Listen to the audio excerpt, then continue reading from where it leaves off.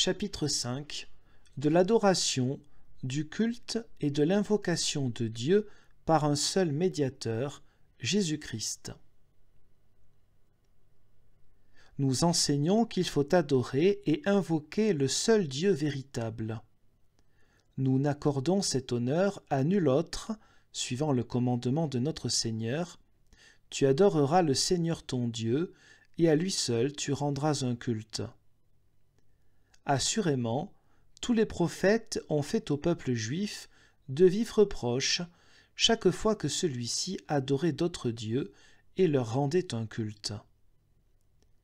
Nous enseignons également que Dieu doit être adoré, comme lui-même nous l'a commandé, en esprit et en vérité, sans aucune superstition, mais avec sincérité et selon sa parole, de peur qu'il ne nous dise un jour « Qui a exigé cela de vos mains ?»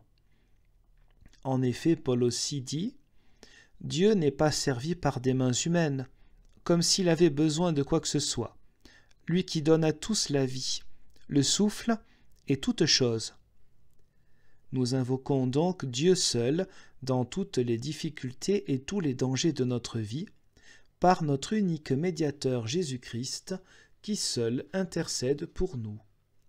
Car il nous est explicitement commandé « Invoque-moi au jour de la détresse.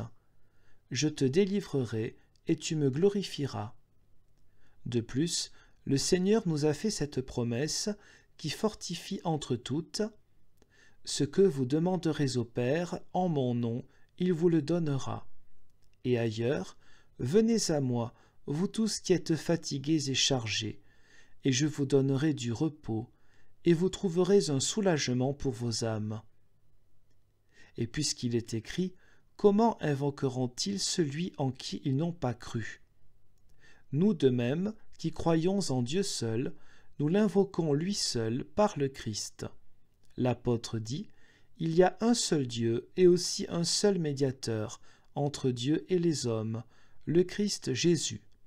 Et de même, si quelqu'un a péché, nous avons un avocat auprès du Père, Jésus-Christ le juste. Nous n'adorons donc pas les saints glorifiés, nous ne leur rendons pas de culte, nous ne les invoquons pas et nous ne les considérons ni comme intercesseurs, ni comme médiateurs auprès de Dieu. Lui-même et la médiation de son Fils nous sont pleinement suffisants. Nous ne voulons donc pas accorder à d'autres l'honneur qui appartient à Dieu seul et à son Fils, puisqu'il dit expressément « Je ne donnerai pas ma gloire à un autre », et que Pierre déclare « Il n'y a sous le ciel aucun autre nom donné parmi les hommes par lequel nous devions être sauvés. »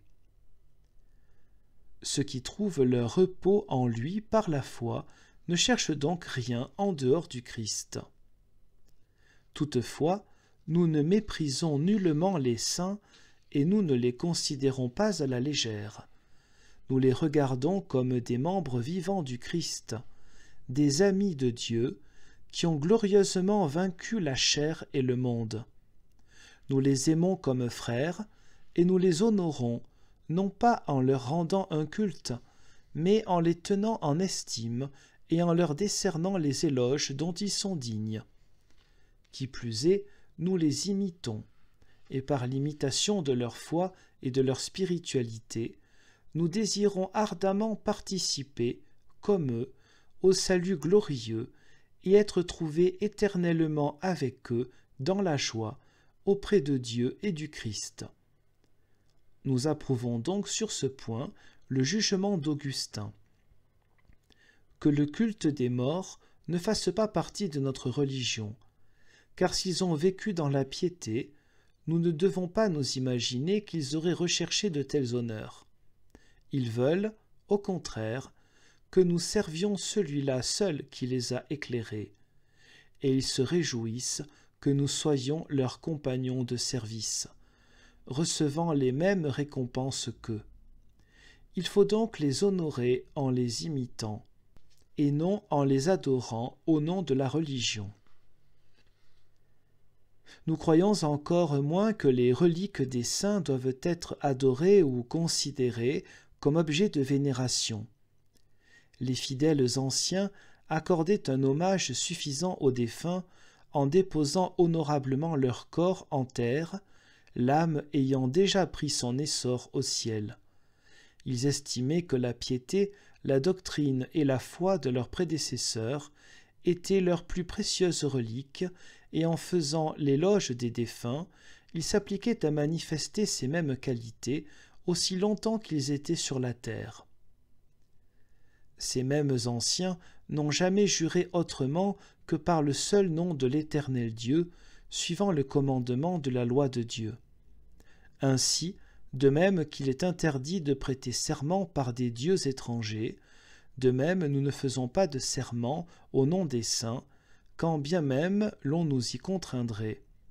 Nous rejetons ainsi toute doctrine qui attribue aux saints glorifiés plus d'honneur qu'il ne leur revient.